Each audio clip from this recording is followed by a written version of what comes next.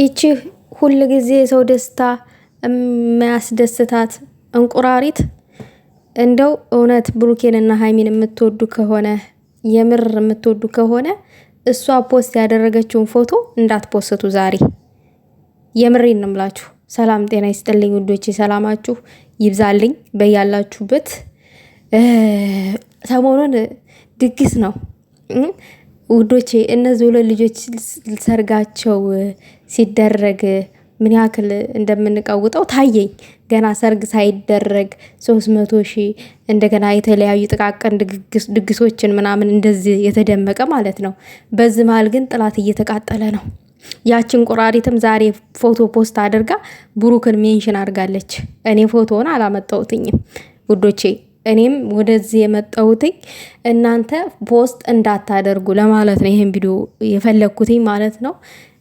እንደዛ የምታረጉ ከሆነ እውነት ለዚህ ልጅ በቃ እኔ እየሰሙኝ ነው። እነዚህ ሰዎች እኔ የማደርገው ነገር ወደውታል፣ እኔ እያደረግኩ ያለሁት ነገር ተመችቷታል ብላ ከዚህ ድርጊቷ ልትቆጠብ አትችልም።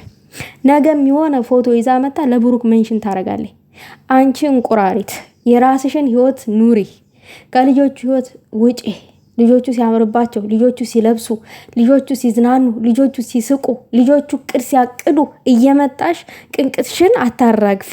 ቅንቅን ለምን ስነ ስርዓት አይኖርሽም? ለምን ስነ ስርዓት አይኖርሽም? ግን እንደ አሳብ ማለት ነው። ቤተሰብ ይቅርታ አድርጉልኝ እንደው ከተሳሳትኩኝ ማለት ነው።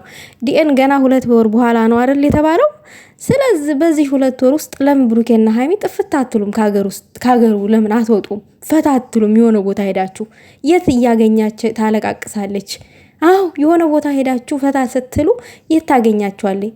በዚሁ እኮ ሆነባትና በዛው በሷ አቅራቢያ ሆነና ድግስ እያደረጋችሁት ያላችሁት ተቃጠለች። ሁል ጊዜ በድግስ ማግስት የሆነ ነገር ታፈጥራለች።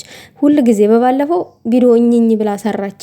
ዛሬ ደግሞ ፎቶ ፖስት አድርጋ ታድርግ። አይ ዶንት ኬር።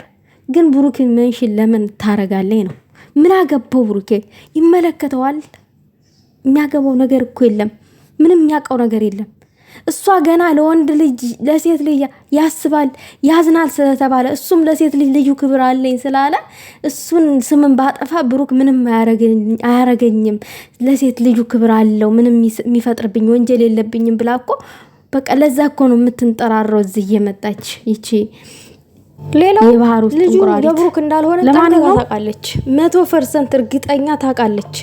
ግን ችግሩ ምንድነው?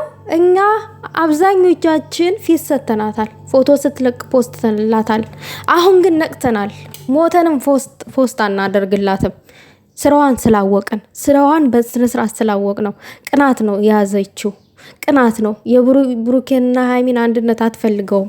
ስለዚህ የሆነ ነገር ሲፈጠር ሀይሚ ሲል ብቻ የሆነ ሰው ሀይሚ ሲል ብቻ ሳይሆን መነሳት ያለብን ብሩኬም እያለ መቶ ስም የሚያጠፋውንም አካል ግድ እንትን ይሆናል እንትን ማለት አለብን።